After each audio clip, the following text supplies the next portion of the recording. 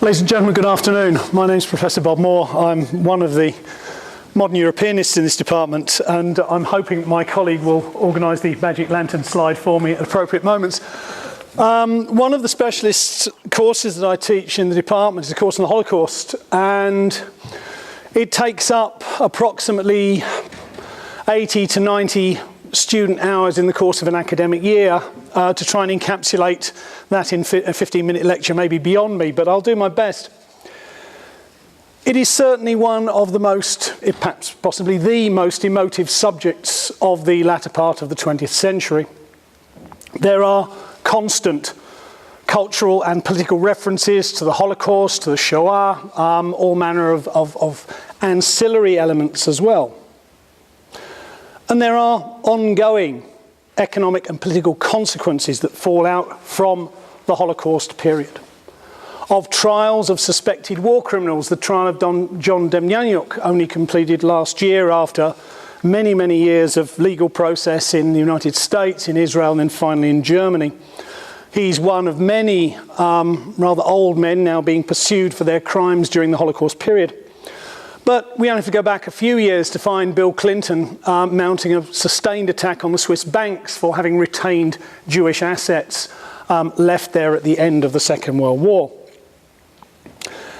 So it's a topic with a constant echo, even in the realms of British society, Britain, which is has only a marginal contact with what happens in Europe during the Second World War to a large extent. But this begs a question, it's a very important one. Has this topic always been so important? Top left, you will see probably a more recent front cover of Raoul Hilberg's pioneering book on the fate of the Jews during the Second World War. And it gives the title to my special subject. But he wrote this book in the late 1950s and couldn't find a publisher. He went round to any number of large commercial publishing houses, both in the United States and elsewhere, could not get this book published. It was eventually published in 1961 by a rather unknown American house called Quadrangle, but it shows the extent to which the study of the Holocaust was not given the prominence then that it is now. The second picture you can see there is of somebody you probably recognise, Adolf Eichmann. The picture in the middle is of Eichmann during his period of power, during the period of the Holocaust. The picture on the right there is Adolf Eichmann in the dock in Jerusalem in 1961. And this, in a sense, brought the realities of the Holocaust back into public vision. Not just in Israel, where that trial took place, but also in the rest of the world. This was a televised trial, which is unusual in its own right. And here was one of the self-confessed, in the end, major perpetrators of a crime which had killed at least some 6 million people. And yet, when confronted with this monster, there he is. He looks like a bank clerk.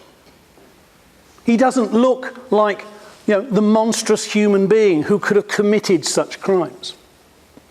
Out of that came an idea of, as Hannah Arendt would put it, of the banality of evil, that it didn't require monsters to carry out this archetypal crime. And that, in a sense, began a process of research and understanding into exactly how all these people could have fallen victim to racial prejudice and to a period of unparalleled killing. It was given a much greater impetus by something some of you may be familiar with, the US Miniseries Holocaust, which was probably the first really broad attempt to get the Holocaust onto the television screen, to try and do it justice within a televisual medium. There were, I think, 4 programs shown initially on US TV, but then across Europe and the rest of the world. I've put the poster for the original film on the left. On the right is a relevant copy of Der Spiegel, German illustrated weekly, with the message, the murder of Jews moves the German people. It has a huge impact on the German people who really had chosen not to address the crimes possibly committed in their name some 20, 30 years earlier. So over the last 35 years, since Holocaust and since this sort of rediscovery of the Holocaust as a topic of scholarly endeavour, the last 35 years have seen a positive explosion in academic and more general studies. It was estimated in the mid-1960s there were already something like 250,000 published works that dealt with some aspect of the Holocaust. Now, it's a fairly broad figure and it's a fairly broad definition. Can you imagine how much material there is out there now? And I think that's the problem for scholars, that we could spend several lifetimes reading material just in our own language, let alone what is available to us elsewhere. It's a huge topic.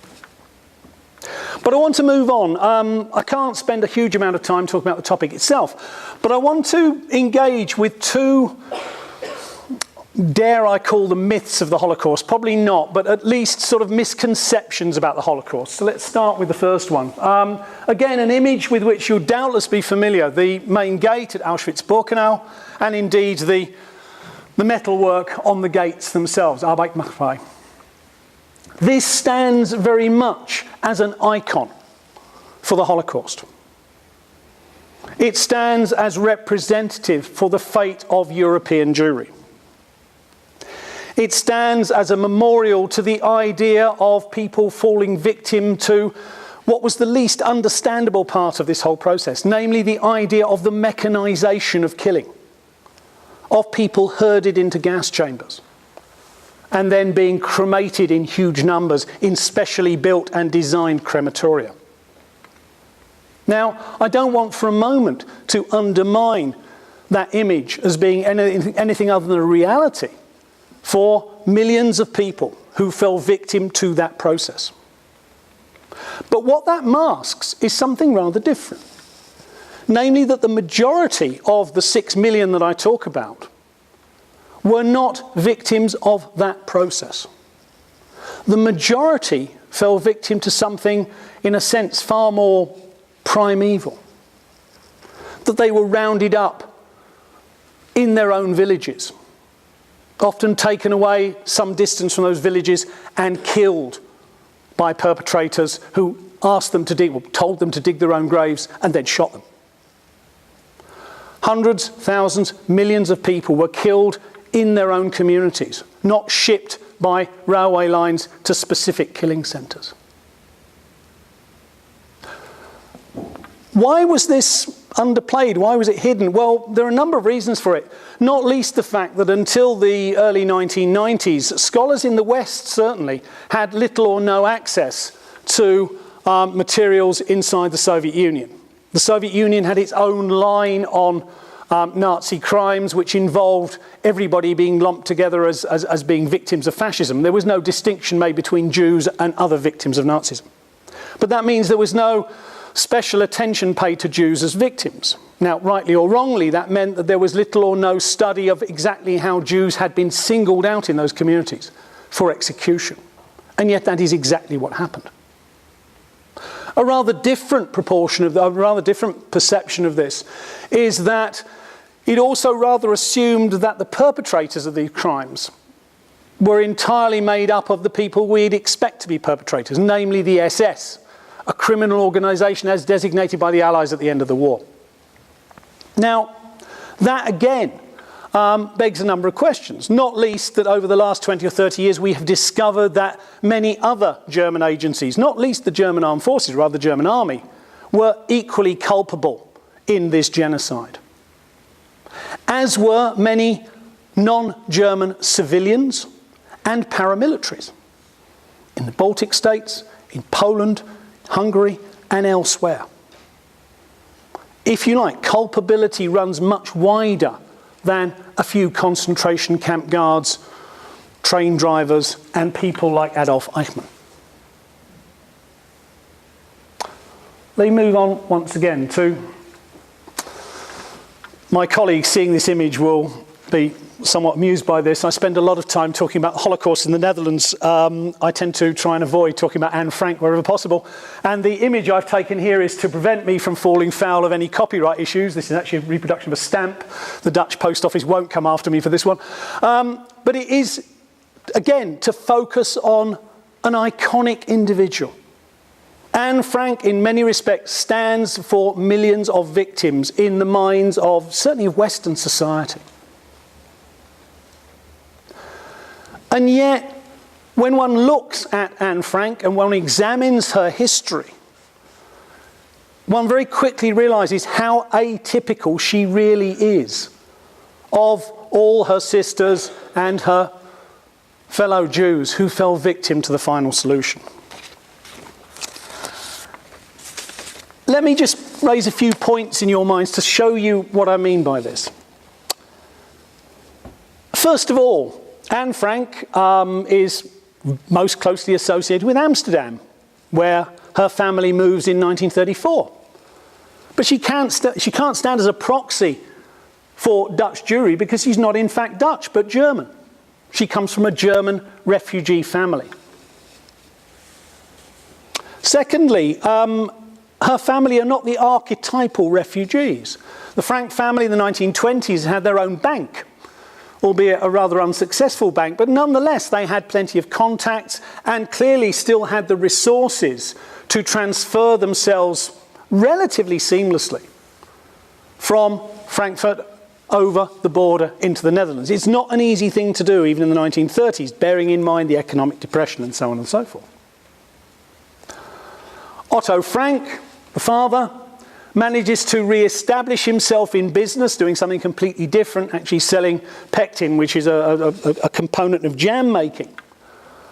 And also sets up in business with other non-Jewish partners. That makes him unusual yet again.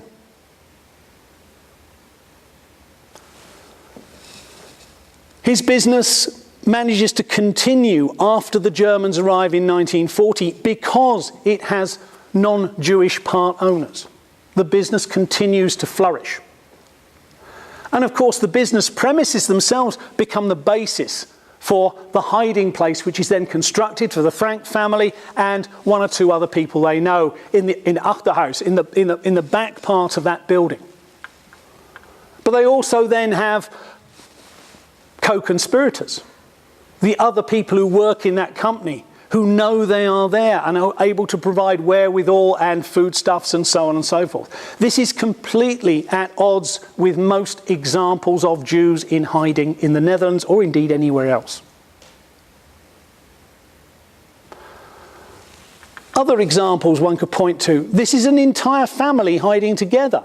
That's almost unheard of. Almost invariably, parents are split off from their children for good security reasons. Another factor which again doesn't come across is the fact they stay in one place. In a time when one could still interview survivors, people who'd survived in hiding in the Netherlands and elsewhere, they would nearly always tell you stories of being moved around. I spoke to one woman who'd been in 18 or 20 different locations over about the same number of months. So the idea of staying in one place for the whole period up to the point where they're betrayed and then deported is relatively unusual. Perhaps not unique, but certainly very unusual. In the end, like many of their counterparts, the Frank family are betrayed, arrested, and deported. But again, even their deportation is somewhat unusual, albeit that it happens late in the occupation period in 1944. But the two sisters end up not in Auschwitz, but in Bergen-Belsen. Why? Because they are being held there as hostages. By this stage in the war, the Nazis are more interested in the Jews as potential bargaining counters. The fact that Anne Frank dies in Bergen-Belsen is not down to any specific malevolence on the part of the Nazis, except insofar as by that stage that camp is subject to such neglect and to such an example, as was portrayed by Richard Dimbleby when the BBC went in there in 1945, that nobody put any food in there for 6 months, disease was rife, and most of the inmates have died of diseases or malnutrition, starvation or whatever. But in each case, we can point to the example of Anne Frank saying this is completely atypical of most Jews who were victims of the Nazis, or who tried to go underground, or indeed who ended up becoming almost the final victims of that process that killed 6 million people. Let me move to the last slide very quickly. Some of you will recognise this. This is, again, something which perhaps you won't think is anything unusual. It is the Holocaust Memorial in Berlin, the big marble monoliths, not a million miles away from the Brandenburger Tor. What worries me about this image, and I suspect would certainly worry any Jewish commentators, is the fact that a bouquet of flowers has been laid on what is essentially a Jewish memorial. That is a very Christian response to the Holocaust. But you wouldn't find Jews putting flowers on a memorial of this nature. But I'll leave it there. Thank you very much.